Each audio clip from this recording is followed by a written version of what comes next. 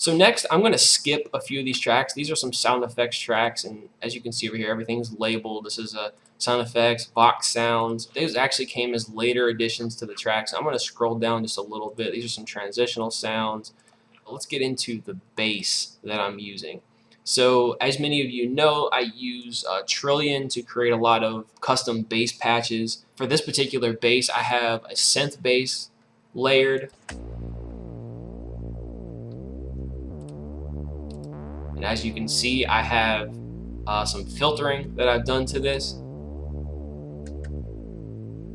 I could have just as easily used a multi-band EQ. As you can see here, I have a low-pass filter here, and then I also have a high-pass filter. And basically, I'm emulating using say a multi-band EQ where I'm kind of rolling off the low end and rolling off the top end. But sometimes, for whatever reason, I'll just use multiple single-band EQs, because if I already start out with, say, rolling off some of the low end, I'll just duplicate it, and then I can just as easily, change the type of filter and just change it like that versus actually going back, dragging a new plugin in. So that's why sometimes you might see multiple filters. And then also, if I'm introducing some sort of automation, I may have a separate filter that I've added later in the chain just for that. Layer to sub bass, so depending on what you're listening to this on, you may not be able to hear some of this low end, but that layered together.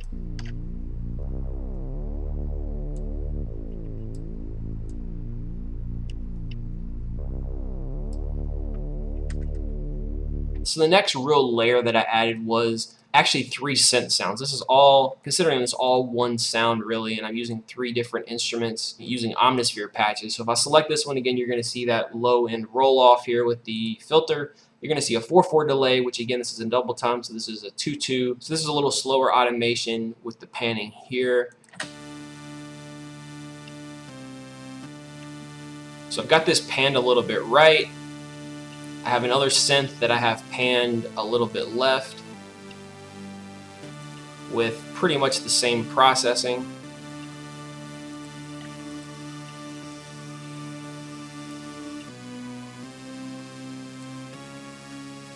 With this last synth, all that I wanted was a lot of the hissing or higher register.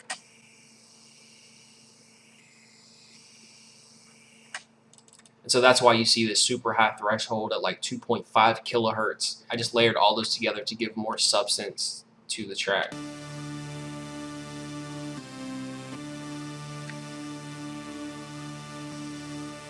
So next up was another synth, and I called it Quick Synth in the actual beat making video. I'll just consolidate this really quick just so you can see this better. But as you can see, it's basically 4 notes that play throughout the whole time, and then at the end I just changed it up a little bit. This just adds a little more movement to the track. You can see I did some more delay, some automated panning, a high pass filter to roll off a little bit of the low end, and then I also did some automated filtering throughout the track. If I select this, you'll be able to see some of the automation. Most of this I did just by doing a MIDI map up here and just assigning this frequency parameter here to one of my knobs on my MPD32, and just did a couple test recordings where I'm just recording in that filter or frequency MIDI information. Tested out a couple times, did a couple trial runs until I figured out what I liked in the mix. And you can see it's kind of all over the place here, but it actually sounds pretty good and kind of comes in and out in certain parts of the arrangement.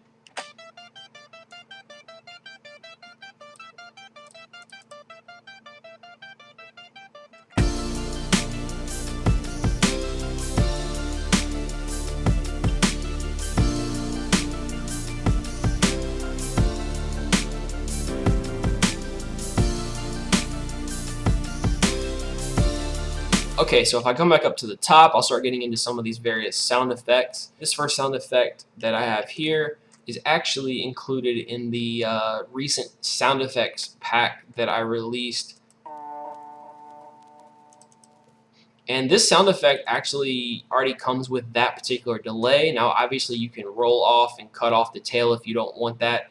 But what I did with this to make sure that delay was working right with this particular tempo was I time stretched it just a bit. But other than that, I didn't do any additional processing. The sound was ready to go as is. So next up were a number of Vox stabs, and you see I have 1, 2, 3 Vox, and I think there's even one more Vox track down here, actually 2 more. And most of these sounds are coming from the Vox Sample Pack Volume 1 and Volume 2. Here's Vox 3, 28, and as you can see I didn't put any delay on these sounds, I don't think, individually, and all I did was roll off just a little more of the low end. These are pretty much already processed and ready to go, but for this track I just wanted to roll off a little more. I've got a 719 hertz threshold here. Next up was a Vox sound from the Vox Sample Pack Volume 2. I panned this just slightly right, nothing too crazy, and a simple delay, which this is actually a 4/4. I started out like experimenting with a ping pong delay, and I actually added a ping pong delay to, I believe, some of my other sounds. But as you can see, this is disabled, so this was just kind of an empty track that I forgot to delete. This is another Vox sound from the Sample Pack Volume 1, a basic Ableton delay, a high-pass filter. Next was a really cool sound effect that I found in one of my various sample packs. This is actually called a Kanye FX. Let's see, all I did was roll off everything below 1.4 kilohertz. This is what it sounds like. I don't even think I pitched that. I think it was already in the right key and everything. The only other thing I did was time stretch that. That comes down at the beginning of every 4 bars, as you can see here. And so if I just enable all these tracks and just play back these sound effects and vocal sounds, this is what it sounds like so far.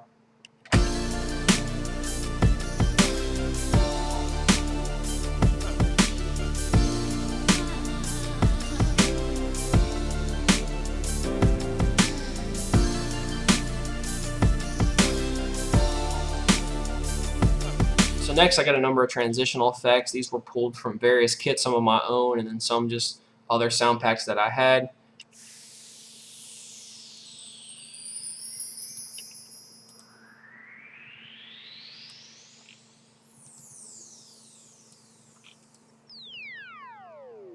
And here's a really dope Vox sound that I sampled from some record, I'm not sure. I'm going to play this as is without the processing. Again, it's just a high pass filter and a delay.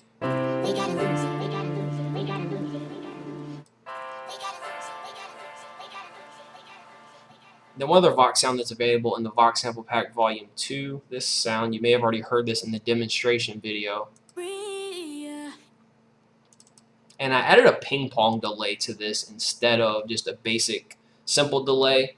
I like to experiment with ping pong delay. Sometimes you get some really good stereo movement, and also the additional filtering that is included in that particular plugin.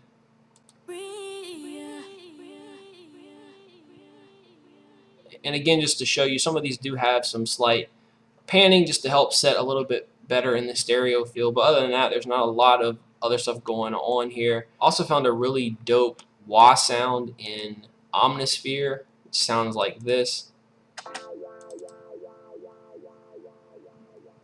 Basically have that playing at the beginning of every, what's it look like, 2 bars.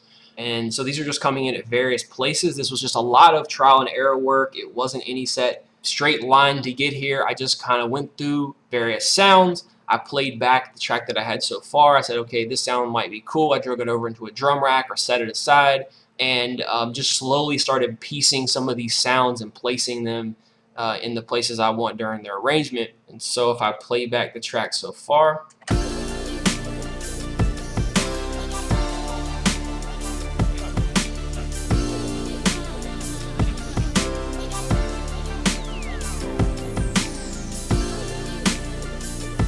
rides are coming in here.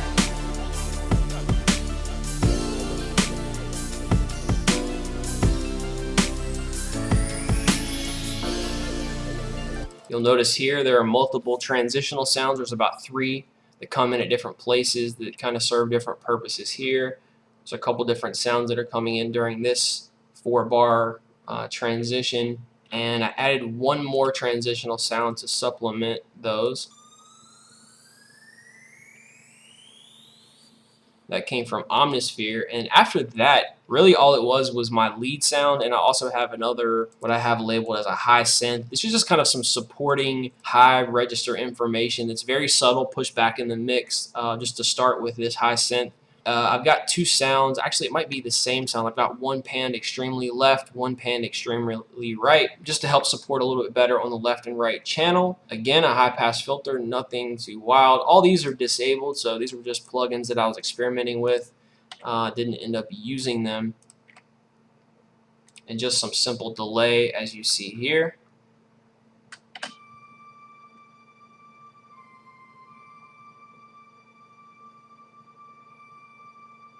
The last sound that I added to the hook was the lead. Now this is actually two distinct sounds, and I'm doing the hard pan left and hard pan right, but I want to solo these and let you hear each of them. Again, you've got the filtering and delay.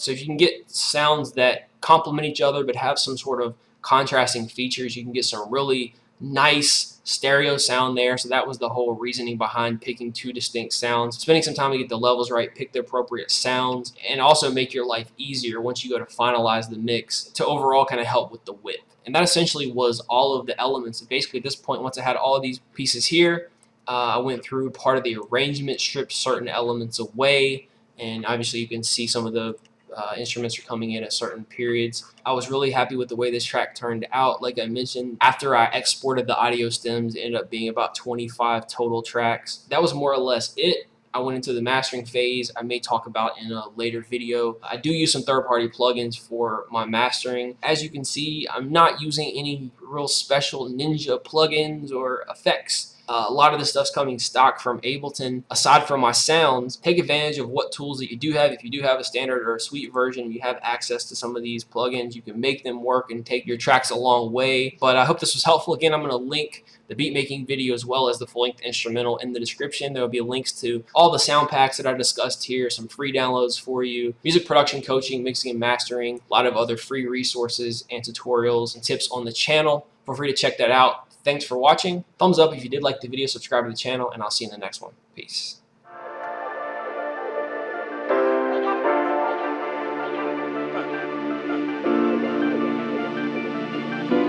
Custom.